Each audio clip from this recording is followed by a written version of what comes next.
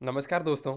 D U L L B 2025 का सपना शायद आप और आप जैसे बहुत सारे लोग देखते हैं और देखें भी क्यों ना, क्योंकि D U L L B is one of the most prestigious university. यहाँ पर D U Delhi university is one of the most prestigious universities in law when it comes to 3 year law. अभी मैं 5 ईयर लॉ की बात नहीं कर रहा, this video is all about 3 year law. अगर आप 5 ईयर की वीडियो को देखना चाहते हैं तो उसकी जल्द ही वीडियो आने वाली है। लेकिन अभी हम जो बात करने वाले हैं वो है D U L L B 2025 की। देखिए जो आपकी स्क्रीन पर है, आपको ये ऑफिशियल वेबसाइट दिख रही है स्क्रीन पर, दिल्ली यूनिवर्सिटी की फैकल्टी ऑफ लॉ की। मैं भी इसी का स्टूडेंट हूँ। लॉ सेंटर वन में मैं पढ़ा हूँ। और लॉ सेंटर वन क्या होता है, लॉ सेंटर टू क्या होता है, कैंपस लॉ सेंटर क्या होते हैं, कैसे एडमिशन ले सकते हैं, क्या क्या ज़रूरी चीज़ें हैं जो हमने नोट करनी है, कैसे पढ़ाई होती है कैसे नहीं, ये सब चीज़ें इस वीडियो में मैं डिस्कस करने वाला हूँ। मेक श्योर कि आप इस वीडियो को एंड तक देखें, क्योंकि तभी आप समझ पाएंगे everything about D U L L B. देखिए सबसे पहले जो हम शुरू करते हैं वो है एडमिशन कैसे लें। अब देखिए when it comes to Delhi university या यूनिवर्सिटी ऑफ दिल्ली जिसका ओरिजिनल नेम है, उसमें 3 कॉलेजेस आते हैं दिल्ली यूनिवर्सिटी में लॉ करने के लिए। एक को कहा जाता है लॉ सेंटर वन, जिसका मैं खुद स्टूडेंट हूँ।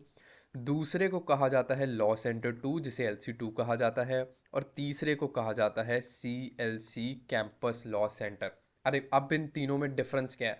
अब तीनों में सिर्फ और सिर्फ टाइमिंग्स का डिफरेंस है और बिल्डिंग का डिफरेंस है।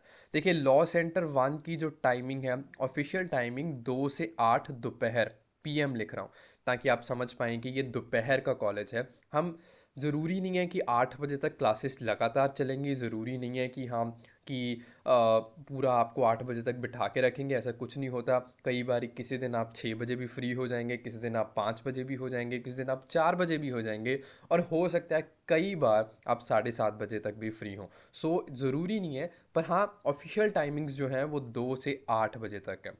लॉ सेंटर टू की जो टाइमिंग है वो सुबह 8 से लेके दोपहर के 2 बजे तक। यहाँ मैं ए एम लिख रहा हूँ, ए एम का मतलब ये है 8 AM से लेके 2 PM तक, मतलब ये मॉर्निंग कॉलेज है। और सी एल सी का ऐसा कुछ नहीं है, सी एल सी सुबह 8 बजे शुरू होकर शाम के 4 बजे तक भी चल सकता है, 5 बजे तक भी चल सकता है। जब तक उसका टाइम टेबल है, वो बिल्डिंग उसी की है, वो उसी अकॉर्डिंगली चलेगा। देखिए ये तीनों के तीनों कॉलेजेस जो आते हैं वो नॉर्थ कैंपस में आते हैं।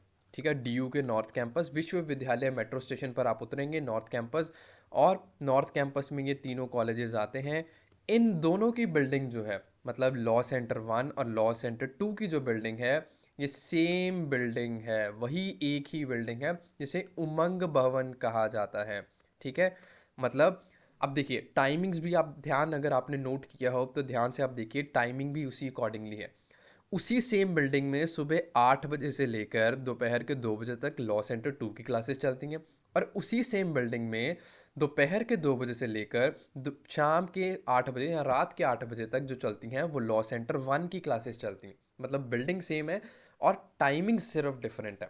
इसकी जो सी एल सी की बिल्डिंग है, हल्का सा वॉकिंग डिस्टेंस पर सी एल सी की बिल्डिंग है। मतलब इन दोनों की जो बिल्डिंग है, इसे नई बिल्डिंग कहा जाता है, न्यू बिल्डिंग। अगर किसी ने जाना हो, रिक्शा वाले को यही कहना है कि हमें नई बिल्डिंग में जाना है। अगर कोई सी एल सी जाना चाहता है, वो ओल्ड बिल्डिंग है। हालांकि दोनों में आपस में सिर्फ और सिर्फ वॉकिंग डिस्टेंस है, बहुत ही कम डिस्टेंस है। तो अगर आप में से कोई जाना चाहे तो वो जा सकता है। एक बारी हम देख भी लेते हैं। देखिए ये रहा लॉ सेंटर वन, ये रहा लॉ सेंटर टू, ये दोनों सेम बिल्डिंग्स हैं। ये लॉ सेंटर वन, यही बिल्डिंग के ये जो लॉ सेंटर टू यहाँ पे इन्होंने लिखा हुआ है, इसी बिल्डिंग की अंदर वाले जो कॉरिडोर्स हैं, ये लॉ सेंटर वन इन्होंने जो लिखा हुआ है ये वो चीज़ है। और ये जो बिल्डिंग है ये पुरानी बिल्डिंग है, कैंपस लॉ सेंटर। और ये इसके सिर्फ और सिर्फ वॉकिंग डिस्टेंस पर है, कुछ ज़्यादा डिफरेंस नहीं है इन दोनों में। हाँ लेकिन जो टाइमिंग्स का डिफरेंस है, ये सब चीज़ें जो है वो आपको नोट करनी होगी। अब बात कर लेते हैं दोस्तों कि इनमें एडमिशन कैसे लेना है। देखिए D U L L B का पहले होता था खुद का एग्ज़ाम, खुद कंडक्ट करवाता था, खुद से सब चीज़ें करवाता था। ये 3 ईयर लॉ की बात कर रहा हूँ। ठीक है, तो खुद से एग्ज़ाम कंडक्ट करवाता था, एनटीए के थ्रू ही होता था। अभी क्या हो गया है, अभी डी यू एल बी एक कॉमन एंट्रेंस टेस्ट के अंडर आ चुका है, जिसका नाम है C U E T P G, common university entrance test. मतलब जितनी भी सेंटर की यूनिवर्सिटीज़ हैं, मैक्सिमम सेंटर की यूनिवर्सिटीज़, क्योंकि अब आप ऐसे बच्चे हो सकते हैं जो सिर्फ डी यू टारगेट नहीं कर रहा, वो BHU भी टारगेट कर रहा है। अगर BHU नहीं मिली तो हो सकता है वो कोई और यूनिवर्सिटी भी ऐसी सोच रहा हो कि शायद मैं उसमें एडमिशन ले लूँगा। पहले क्या होता था कि पहले आपको सबका अलग अलग पेपर देना होता था, DU LLB का अलग पेपर देना होगा, BHU का अलग पेपर देना होगा। अब क्या हो गया है, अब एक ही पेपर एक ही अम्ब्रेला के अंडर सबको ले आया है, और वो है CUET PG। तो जो भी बच्चा LLB करना चाहता है या 3 ईयर LLB करना चाहता है, वो एक ही पेपर देगा, जो पेपर देगा CUET PG। ठीक है। और इसके अंदर जो आपको कोड सिलेक्ट करना है वो है COQP11। हालांकि मुझे लास्ट वीडियो जो थी वो इसी के बारे में थी, और वहाँ पर एक कमेंट आया था कि सर COQP11 के सामने तो जर्नल लिखा है, LLB तो लिखा ही नहीं। देखिए, जो LLB है, COQP11 कोड है, उसे जर्नल LLB ही लिखा जाता है, वहाँ पर जर्नल ही लिखा गया है, क्योंकि वो जर्नल एक पेपर ही होता है, बहुत ज़्यादा स्पेसिफिक टू LLB नहीं होता, इसीलिए वहाँ पर जर्नल लिखा है। LLB स्पेसिफिक पेपर नहीं आता, इसीलिए वहाँ पर LLB नहीं लिखा। So coming back to the point, आपको एक पेपर देना होगा जो कि होगा CUET PG। अब CUET PG के जो फॉर्म्स हैं वो आउट हो चुके हैं। यहाँ पर आप जैसे ये CUET PG का पोर्टल है 2025 का, मतलब अगर आप 2025 के फाइनल ईयर अगर आप ग्रेजुएशन में हैं, क्योंकि मिनिमम क्राइटेरिया तो ग्रेजुएशन है। सो अगर आपने ग्रेजुएशन कंप्लीट कर ली है या फिर आप final year of the graduation में हैं, तो फिर आप ये एग्ज़ाम दे सकते हैं। आप जैसे यहाँ पर क्लिक करेंगे आपको सब चीज़ें मिल जाएंगी। हालांकि एक डिटेल्ड वीडियो मैं पहले ही बना चुका हूँ, जो लास्ट वीडियो है मेरी, आप वो चेकआउट कर लीजिए, उसमें सारी CUET PG के बारे में सब चीज़ें मैंने डिस्कस की हैं। फॉर्म भरने का जो लास्ट डेट है वो 1 फरवरी है। सो पहले पहले प्लीज़ आप उससे पहले पहले भर लीजिएगा। फॉर्म्स आउट हो चुके हैं, टाइम वेस्ट बिल्कुल भी मत करना, और जल्दी से फॉर्म भर लेना। जैसे ही आप CUET PG का एग्ज़ाम देंगे और आपका एक रैंक आएगा, रैंक के बाद आपका स्कोर कार्ड आ जाएगा, रैंक आ जाएगा, तो पूरा आपको पता लग जाएगा कि आपका कितना CUET PG में स्कोर आया। उसके बाद आपको यूनिवर्सिटीज़ के पोर्टल्स में फिल करना होता है, मतलब आपका काम यहीं पर ख़त्म नहीं हुआ। इसके बाद जो आपको काम करना है वो ये है, जैसे अगर आप DU में लेना चाहते हैं तो CUET PG का स्कोर आपके आ चुका है, तो उसके बाद DU का एक स्पेसिफिक पोर्टल होता है। जैसे एग्जांपल दे रहा हूँ कि DU का जो पोर्टल है उसका नाम है CSAS पोर्टल। तो आप यहाँ पर अप्लाई करेंगे, तब आप, मतलब क्योंकि कुछ बच्चों का ये भी क्वेश्चन था कि सर यूनिवर्सिटी तो मैं सिलेक्ट कर ही नहीं पा रहा CUET PG फॉर्म में। देखिए, वो अभी रिक्वायर्ड है भी नहीं, क्योंकि जो भी आपका CUET का PG का स्कोर आएगा, उसके बाद उस स्कोर को लेके आप अलग अलग यूनिवर्सिटीज़ में जाएंगे कि मेरा इतना स्कोर है तो मुझे एडमिशन दे दीजिए। एग्जाम्पल के तौर पर ये मैं हूँ, मेरे कुछ स्कोर आए, मैं ले लेता हूँ, मेरे 200 स्कोर्स आए CUET PG में, जो कि 300 मार्क्स का टोटल होता है। 75 क्वेश्चन आते हैं इंटू 4, तो 300 हो गया, माइनस नेगेटिव मार्किंग भी होती है -1। सो अगर मेरे 200 स्कोर आए तो मैं इस यूनिवर्सिटी के पास जाऊंगा कि सर मुझे एडमिशन दे दीजिए। अ, अगर वहाँ नहीं जाना चाहता तो यहाँ जाऊँगा, नहीं तो यहाँ जाऊँगा, नहीं तो यहाँ जाऊँगा। सो इट डिपेंड्स अपॉन मी कि मैं किस यूनिवर्सिटी के पास जाता हूँ। ठीक है। तो यही मैं आपको समझाने की कोशिश कर रहा हूँ कि अगर आप अभी यूनिवर्सिटी सिलेक्ट नहीं भी कर रहे हैं या कोई ऑप्शन नहीं भी है तो उसमें घबराने की कोई बात नहीं है। सो उसके बाद क्या होगा, CUET PG का जैसे ही आपका स्कोर कार्ड आ जाएगा, उसके बाद आप DU के पोर्टल पर, क्योंकि आप DU LLB करना चाहते हैं, DU में एडमिशन लेना चाहते हैं। अब DU को कैसे पता लगेगा कि आप वहाँ एडमिशन लेना चाहते हैं? आप उसकी वेबसाइट पर, उसके पोर्टल पर जिसका नाम है CSAS पोर्टल, वहाँ पर अप्लाई करेंगे। आप कहेंगे कि मैं एडमिशन लेना चाहता हूँ LLB में, और मेरे इतने स्कोर्स हैं, मेरा ऐसा है। तो फिर वहाँ पे कट ऑफ्स आएंगी, मतलब कट ऑफ नहीं आती, एक राउंड्स होते हैं, राउंड 1 होता है, राउंड 2 होता है, राउंड 3 होता है। तो आपके अगर अच्छे स्कोर्स हुए तो आपको राउंड 1 2 3 में कहीं पर भी एडमिशन मिल जाएगी। नहीं मिलेगी तो और भी ऑप्शंस होती हैं, नहीं मिलेगी तो फिर आप, हो सकता है कि BHU के पोर्टल पर आप अप्लाई कर दो। ये सभी अपना इसकी अपनी वेबसाइट पर ले लीजिए। सो बेसिक जो क्राइटेरिया, जो बेसिक जो स्कोर्स हैं एडमिशन लेने के लिए किसी भी यूनिवर्सिटी में, अच्छी यूनिवर्सिटी में, स्पेशली DU में, तो वो है CUET PG। यहाँ पर आप अच्छा स्कोर करेंगे तो आपके अच्छा रैंक आएगा, अच्छा रैंक आएगा तो आपको इन यूनिवर्सिटीज़ में एडमिशन मिलेगी। So coming back to the point कि आपको जो पेपर देना है वो देना है CUET PG, जिसके फॉर्म्स मैं आपको बता ही चुका हूँ, आउट हो चुके हैं। और तो और अगर दिल्ली यूनिवर्सिटी की बात की जाए तो 3 कॉलेजेस हैं, आपको सिलेक्ट कर लेना है आपको कौन से कॉलेज में एडमिशन लेनी है। लॉ सेंटर 1 में, लॉ सेंटर 2 में, कैंपस लॉ सेंटर में।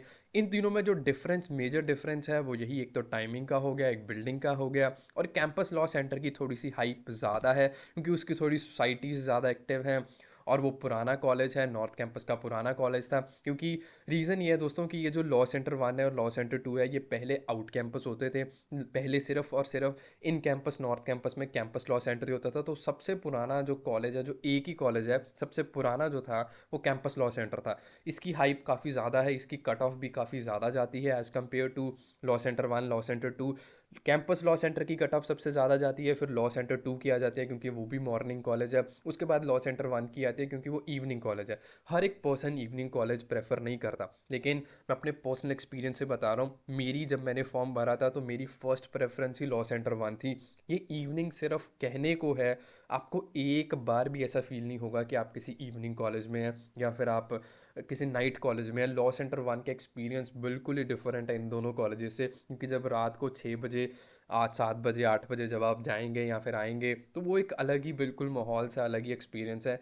और कुछ ज़्यादा डिफरेंस नहीं है। जब डिग्री मिलेगी तो वही सबके ऊपर यही लिखा होगा, यूनिवर्सिटी ऑफ दिल्ली की एलएलबी की डिग्री, और तो कुछ नहीं लिखा होगा। सो उतना ज़्यादा मेजर डिफरेंस नहीं है, लेकिन मेरा ड्यूटी है बताना कि कैंपस लॉ सेंटर की सबसे ज़्यादा हाइप है, लॉ सेंटर 2 की उससे कम हाइप है, लॉ सेंटर 1 की उससे कम हाइप है। तो this was all about D U L L B. D U L L B के कॉलेजेस के बारे में बताया, एडमिशन कैसे लेनी है वो बताया। अब बात कर लेते हैं दोस्तों कि is it worth it, is it worth the hype, कि D U L L B में अगर आप एडमिशन लेने का सोच रहे हैं, क्या इज़ इट वर्थ? तो for sure yes it is worth it. क्योंकि अगर मैं फ़ी का कंपैरिजन में देखूं तो ऑफ कोर्स यार फीस इसकी क्या 7,000 शायद अब हुई है, मेरे टाइम पे सिर्फ 4,000 थी।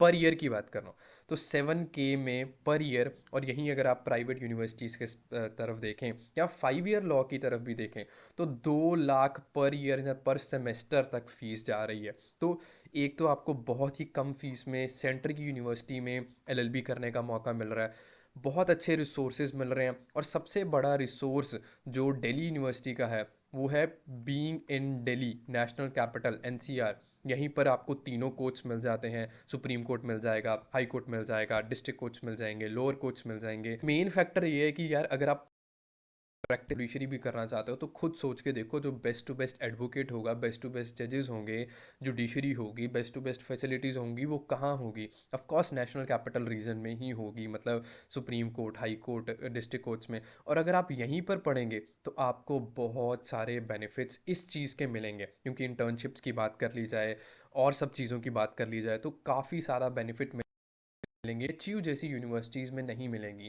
क्योंकि क्योंकि अगर आप बाय चांस सुप्रीम कोर्ट में आगे प्रैक्टिस करने की सोच रहे हैं या हाई कोर्ट्स में भी सोच रहे हैं तो ये सब फैसिलिटीज़ बीएचयू में आपको नहीं मिलेगी। और तो और अगर मैं स्टडी मटेरियल की बात करूँ, प्लेसमेंट्स की बात करूँ या फिर टीचर्स की बात करूँ, तो वो सब चीज़ें सॉर्टेड हैं। हाँ, कुछ ड्रॉबैक्स भी हैं, कुछ नेगेटिव पॉइंट्स भी हैं जो कि मैंने और वीडियोस में डिस्कस की हुए हैं। लेकिन ओवरऑल अगर मैं कंपेयर करूँ, एक एक जर्नल सा लेके चलूँ कि एक पूरा का पूरा ओवरऑल पैकेज कंपेयर करूँ DULLB का, तो yes 100% it is worth it. So आपको जो करना है वो सिर्फ और सिर्फ इतना करना है, अगर इसमें एडमिशन लेना चाहते हो, वो है CUET PG की प्रेपरेशन करो। CUET PG की प्रेपरेशन में हम आपकी हेल्प कर सकते हैं। अगर आप चाहते हैं तो आप हमारे कोर्स में एनरोल हो सकते हैं। लर्निंग एज ऐप पर आप जाएंगे तो वहाँ पर जाके आप हमारे बैचेस में एनरोल हो सकते हैं। 2 बैचेस आपको मिल जाएंगे, एक बैच 1.0 मिलेगा, एक बैच 2.0 मिलेगा। 2.0 लेटेस्ट एंड अपडेटेड बैच है, और 5 जनवरी तक बल्कि डिस्काउंट भी चल रहा है। फ्लैट 20% डिस्काउंट चल रहा है। सो उससे पहले पहले अगर आप एनरोल होते हैं तो हो सकते हैं, बल्कि आज इनफैक्ट आज 11 बजे हमारी फ्री डेमो क्लास है कंप्यूटर बेसिक्स की, वो आप वो भी चेकआउट कर सकते हैं।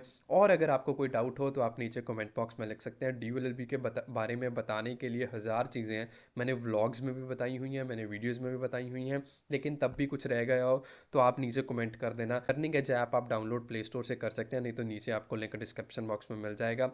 और इस वीडियो को अगर आपको ठीक लगी हो तो लाइक कर सकते हैं, शेयर कर सकते हैं, कमेंट कर सकते हैं, अपने फ्रेंड्स के साथ शेयर कर सकते हैं जो प्रेपरेशन कर रहा है DULLB की। इस वीडियो के लिए रखते हैं दोस्तों, नमस्कार।